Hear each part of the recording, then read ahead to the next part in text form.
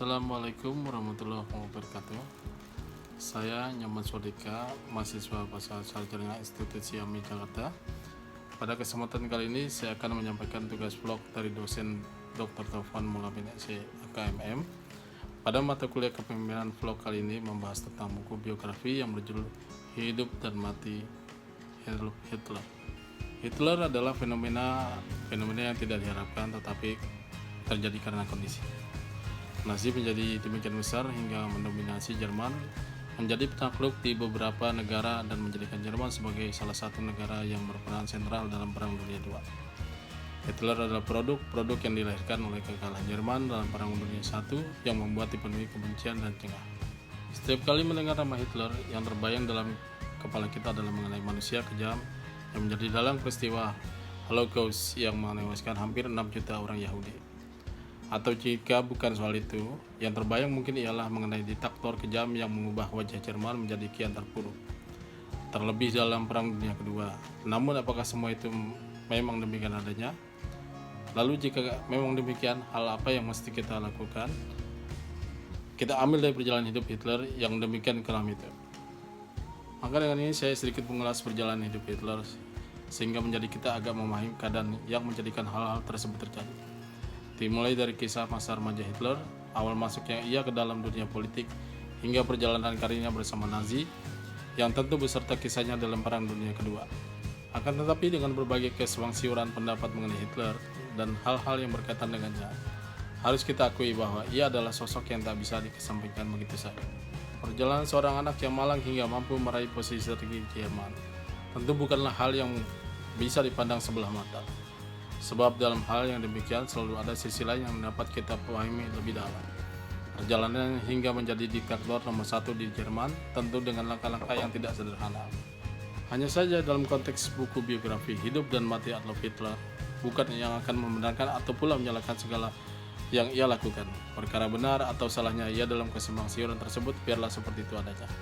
Dalam hal ini, marilah kita pahami dan garis bawahi bahwa sosok Hitler tentulah memiliki semangat juang yang lebih tangguh daripada orang-orang kebanyakan. Dapat kita perhatikan dari seorang yang tunawisma, tak lagi memiliki orang tua, ia bergerak cepat dengan menjadi sosok yang meruntuhkan rakyat Jerman bahkan seluruh dunia.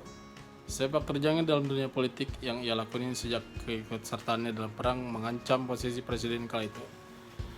Dalam hal ini tentu dapat kita pahami bahwa sekeras apapun kondisi yang dihadapi oleh seseorang, akan selalu ada jalan baginya untuk bangkit dan lepas dan kondisi yang demikian.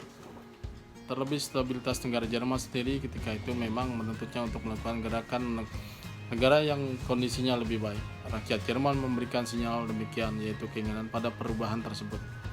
Hal tersebut pula yang merupakan turut adil dalam ketergabungannya dalam partai buruh, yang juga dilanjutkan hingga pendirian partai Nazi. Maka, sebagaimana partai-partai pada umumnya yang tentu memiliki visi dan perubahan ke arah yang lebih baik, partai Nazi pun demikian.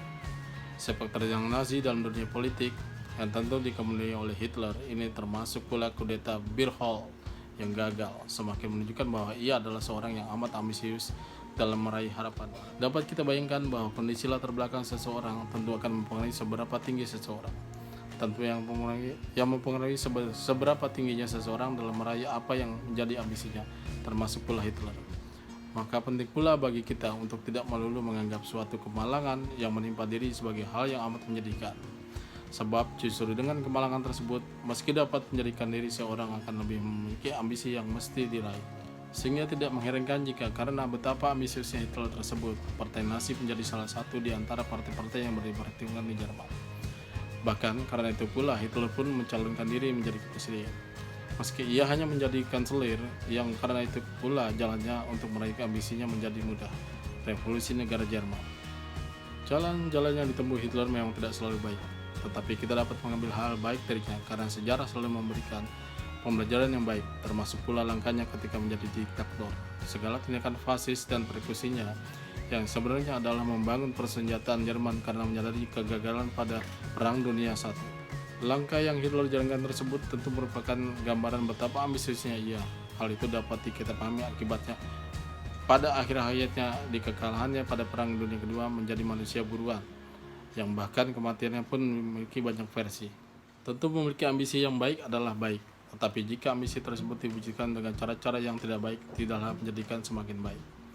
Alih-alih memudahkan cara-cara yang tidak baik dalam mewujudkan kebaikan, justru menjadikan akibat yang sebaliknya di kemudian hari.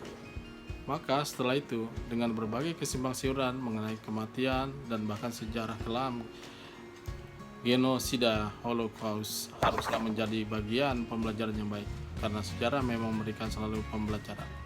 Kematiannya yang memiliki banyak versi, yang itu semua diawali dari Perang Dunia II, yang berakhir tak begitu baik baginya, menjelaskan tentang sosoknya yang hilang, atau sengaja menghilang, ataupun dihilangkan. Kondisi yang demikian entah mana yang betul, jika dalam kehidupan kita dapat pula berarti bersembunyi ataupun mengasingkan diri. Dan tentu pengasingan diri ataupun penyembunyian diri hanya mungkin dilakukan oleh orang yang merasa terancam, yang itu merupakan akibat dari tingkah lakunya sendiri di masa lampau.